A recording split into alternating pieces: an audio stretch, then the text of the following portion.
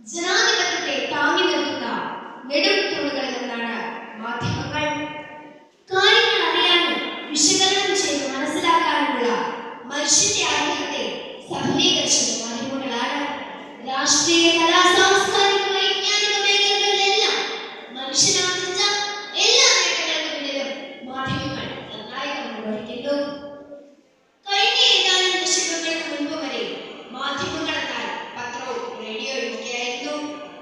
എന്നാൽ കമ്പ്യൂട്ടറിന്റെയും ഇന്റർനെറ്റിന്റെയും ഉപയോഗം വളർന്നതോടെ നവമാധ്യമങ്ങൾ രംഗപ്രവേശനം ചെയ്തു.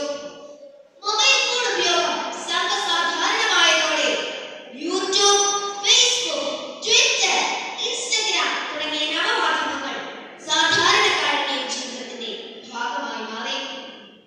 ഈ മാധ്യമങ്ങൾ അഭിപ്രായ സ്വാതന്ത്ര്യത്തിന്റെയും സ്വയം പ്രകാശനത്തിന്റെയും അനന്ത സാധ്യതകൾ മനുഷ്യന് മുന്നിൽ മലർത്തിയെടുത്തിട്ടു.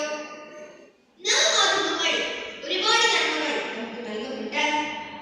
ആശയവിനിമയ മേഖലയിലെ കാലതാമസം ഒഴിവാക്കിയതോടൊപ്പം ഏതറിവും വിരൽത്തുമ്പിൽ എന്ന സാധ്യതയും നമുക്ക് കൈവന്നു.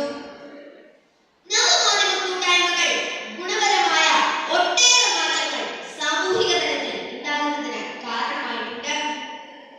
പൊതുദുരന്തങ്ങളിൽ ഇരകൾക്ക് അതിവേഗം സഹായം ലഭ്യമാക്കുന്നതിനും പ്രശ്നങ്ങൾ അധികാരികളുടെ ശ്രദ്ധയിൽ എത്തിക്കുന്നതിനും നവമാധ്യമങ്ങൾക്കുള്ള ശേഷി നമ്മൾ കേരളീയർക്ക് ബോധ്യപ്പെട്ടിട്ടുള്ളതാണ്.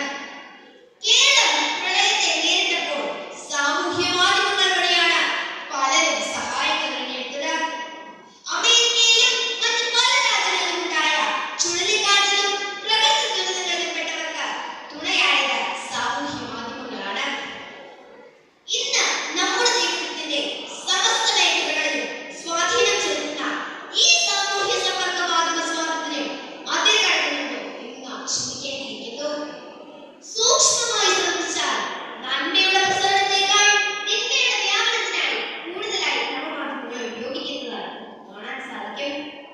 തനിക്കിഷ്ടമില്ലാത്ത ആളുകളെയും ആശയങ്ങളെയും എങ്ങനെയെല്ലാം അപകീർത്തിപ്പെടുത്തുവാൻ സാധിക്കുമോ അതെല്ലാം ചെയ്യാൻ പലരും നവമാധ്യമങ്ങളെ ഉപയോഗിക്കുന്നു.